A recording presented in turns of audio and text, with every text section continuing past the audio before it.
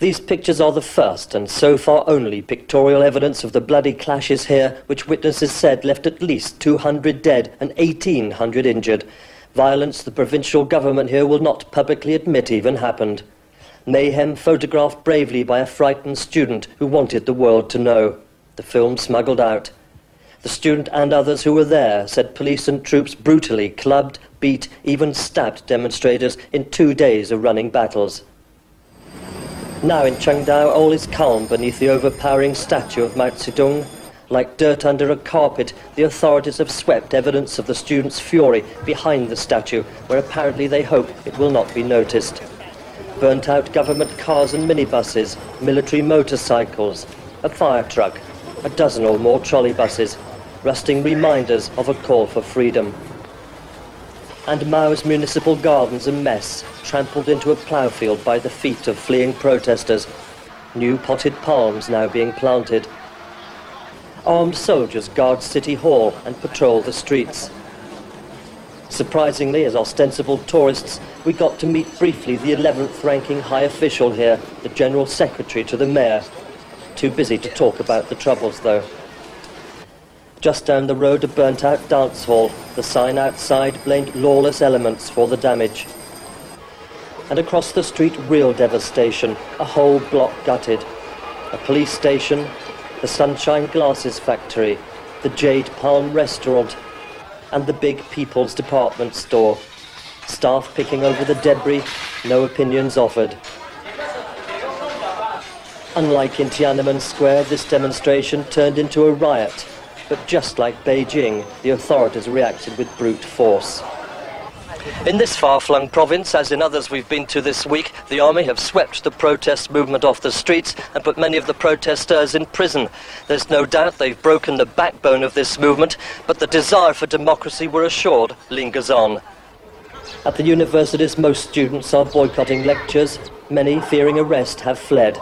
Those remaining will not express their views. Well, a few minutes after those pictures were taken, we were arrested and driven into the city to the headquarters of the Bureau for Internal Security. We were questioned for 5 hours, but then released. They have, though, kept our passports pending what they call further investigation. Well, we had a spot of bother at the university yesterday, just after those scenes that you saw. We were apprehended and taken to a room and questioned for half an hour or so, then taken off to the Bureau of Internal Security, where we were interrogated for something like 4 or 5 hours. They've now taken our passports. That's the passports of myself and John Elphinstone, the cameraman. They had them for something like 28 hours now, and they won't give them back. They say we have to stay in our hotel to await our punishment, after which we will be given our passports, and they say it's best we would then leave China. They've told you you're awaiting your punishment. Have they given you any indication of what that might be? No, they haven't. We went there today and pressed them about what's likely to happen.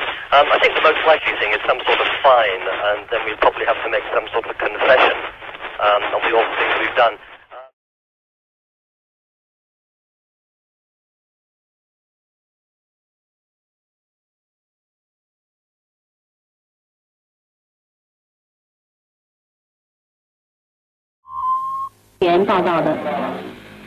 被北京市公安局通缉的北京高自联骨干分子、北京电影学院夜大剧作班学生马少芳，6月14号在广州投案自首。据马少芳本人交代，6月5日他逃离北京，繁荣和稳定出发，认真执行联合声明的规定，遵守中英双方关于联合联络小组工作的协议。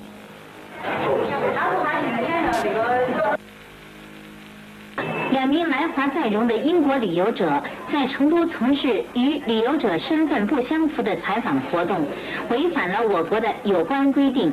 6月16日，被成都市公安局出入境管理处根据《中华人民共和国外国人入境出境管理法》及其实施细则的有关规定，做出了缩短其2人在华停留期限的处理，并限期于6月17日上午从成都出境离开中国。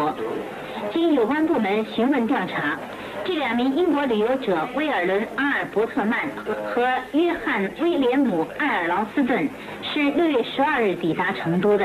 6月13日，这2名英国人雇用成都和平国际旅行社试用人员何昌宇做导游，先到被打砸抢烧了的成都悦记皇后酒家进行采访活动，随后又到成都市人民政府要求政府官员接见和介绍情况，遭到拒绝后，又到被打砸抢烧后的成都人民商场废区进行采访活动。中午12点过，又乘出租汽车到四川大学进行录音录像的采访活动。正在川大第6学生宿舍进行采访活动时，被川大工作人员发现后，立即制止了他们的采访活动。另外，何昌宇冒充成都市人民政府外事办公室工作人员，对外有协和国际旅行社工作人员，引导2名英国旅游者从事与其身份不相符合的活动，违反了我国刑法第166条，目前已被公安机关拘留审查。这是四川台记者报道的。昨天下午，国务院发言人袁木接受了美国全国广播公司记者布罗考的采访，回答了他提出的问题。Mr. Yuan, thank you very much for being with us.